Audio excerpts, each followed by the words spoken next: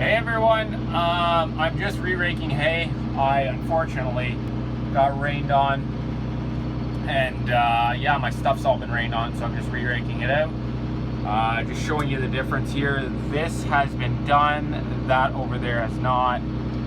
It doesn't look super wet. I'm hoping by the late afternoon I'll be able to put it into bales and get it done. But I think I jinxed myself and said that it looks like I'll get all the hay done